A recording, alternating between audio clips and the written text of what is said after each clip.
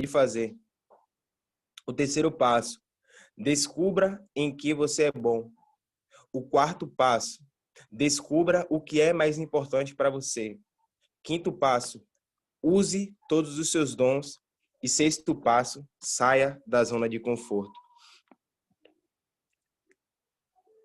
Todos esses passos são passos importantíssimos rumo ao propósito. Só que o autor desse livro, o Rick Warren, ele fala algo muito interessante. Ele fala assim, ó, se eu pegasse uma invenção desconhecida e mostrasse para você, você saberia me dizer qual a finalidade dessa invenção? Provavelmente não. Surgiriam vários palpites acerca dessa invenção, mas só pode dizer o principal propósito pela qual aquela invenção ela foi criada ou inventada, o seu inventor ou criador, bem como nós. Nós somos criaturas feitas por Deus e somente aquele que nos criou pode falar o verdadeiro propósito da nossa vida. Todos esses 6 passos que eu falei, eles são importantíssimos, mas esses passos que você pode seguir são passos que você pode seguir para ser bem-sucedido. Só que ser bem-sucedido não significa dizer necessariamente que você atingiu o seu propósito, que você atingiu o alvo. Porque o autor Rick Warren fala também o seguinte, que o sucesso pela ótica do mundo não é o sucesso pela ótica de Deus. Nós temos que atingir o propósito pelo qual Deus nos criou. E a pergunta que surge é, como atingir esse propósito?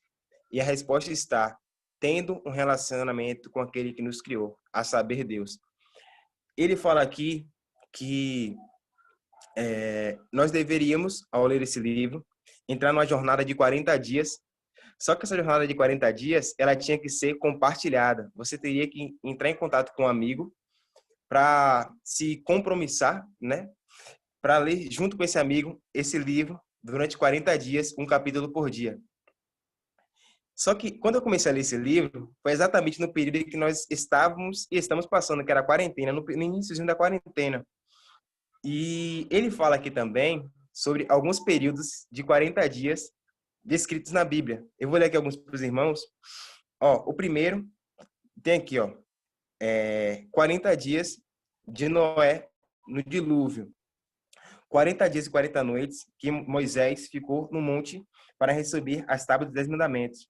Aí ele fala aqui também sobre os espias, fala sobre Davi, fala sobre Elias, fala sobre a cidade de Nínive, que jejuou por 40 dias em busca de arrependimento.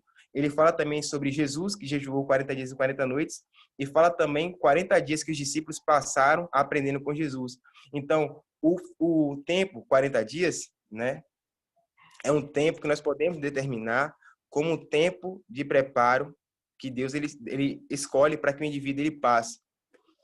E a pergunta que eu quero fazer para você inicialmente, são várias perguntas que vão ser feitas, o que você fez nessa quarentena? Qual proveito você tirou no meio dessa pandemia?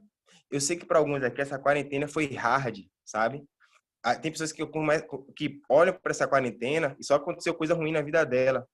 Mas a Bíblia diz que todas as coisas cooperam para o bem daqueles que amam a Deus e foram chamados segundo um propósito. Eu creio muito que esse tempo de quarentena, que o mundo inteiro parou, foi Deus nos concedendo a oportunidade de começar novamente, né? De resetar e começar a fazer as coisas da forma como nós deveríamos fazer, principalmente nós cristãos. Então, esse livro, como o Michel falou aí, eu também acredito muito no que o Michel falou, é um livro profético no sentido de que ele muda completamente a forma como você vê a vida e também como a forma como você encara também até o evangelho, né?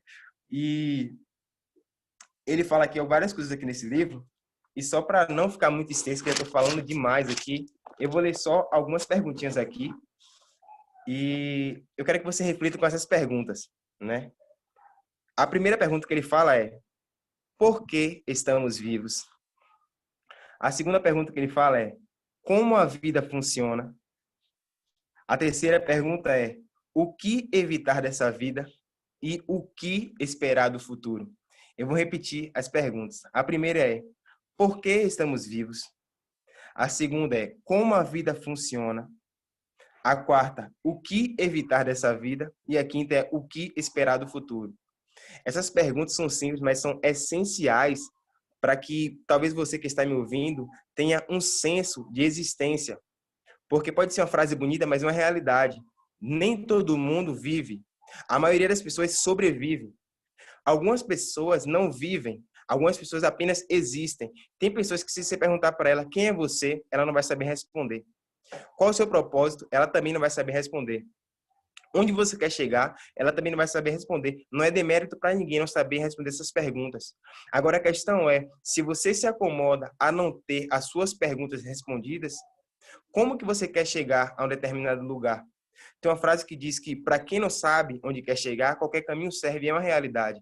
E nós, como filhos de Deus, precisamos entender o porquê Deus nos colocou nessa terra. Alex está aqui, meu amigo, e a gente tinha uma brincadeira que, assim, a gente brincava assim, eu não estou na terra apenas para fazer peso, né? Esse tipo de entendimento que você precisa ter. A sua vida, meu irmão e minha irmã, tem um propósito, sabe? Da forma como você é, Deus tem um propósito com a sua vida. Eu sou do jeito que estou, falo do jeito que falo, me comporto do jeito que me comporto, porque Deus ele tem um propósito na minha vida. E o seu propósito, ele não começa a partir do momento que você entrega a sua vida para Jesus. Muito pelo contrário, o seu propósito antecede a sua concepção. Porque antes mesmo de você nascer, Deus já pensava em você. A Bíblia diz lá em Jeremias, no seu capítulo 1, ele fala assim, ó, Jeremias, antes mesmo que eu te formasse no ventre materno, eu te santifiquei e te dei por profeta das nações. Então a pergunta é, o propósito de Jeremias começa a se desenrolar quando ele nasceu? Não. Começa a se desenrolar no coração de Deus, porque é um propósito que começa na eternidade e deságua na eternidade. Então, a mesma coisa é o propósito de Deus para a sua vida. Você não está nessa terra à toa. Você não está nessa terra em vão. Talvez você possa não enxergar ainda com clareza o seu propósito, mas dentro de pouco tempo você vai começar a enxergar. A última coisa, eu prometo, que Rick fala é o seguinte: só existem duas formas de você saber o propósito pelo qual um invento desconhecido foi criado. A primeira é o manual do fabricante e a segunda é indo diretamente para aquele que fabricou. Então, eu vou te dizer uma coisa, se você ainda não sabe para qual propósito você foi criado, a primeira é procura o manual do fabricante, que é a Bíblia. E a segunda é, fala com aquele que te criou e com certeza você vai saber o propósito que ele tem para a sua vida. Amém? Agora eu gostaria de chamar os irmãos aí que estão com as perguntas, o Michel, a Dani e a Tininha. E vamos lembrar que a gente vai bater um papo sobre propósito. Se você tem alguma definição sobre propósito, se você entende algo sobre,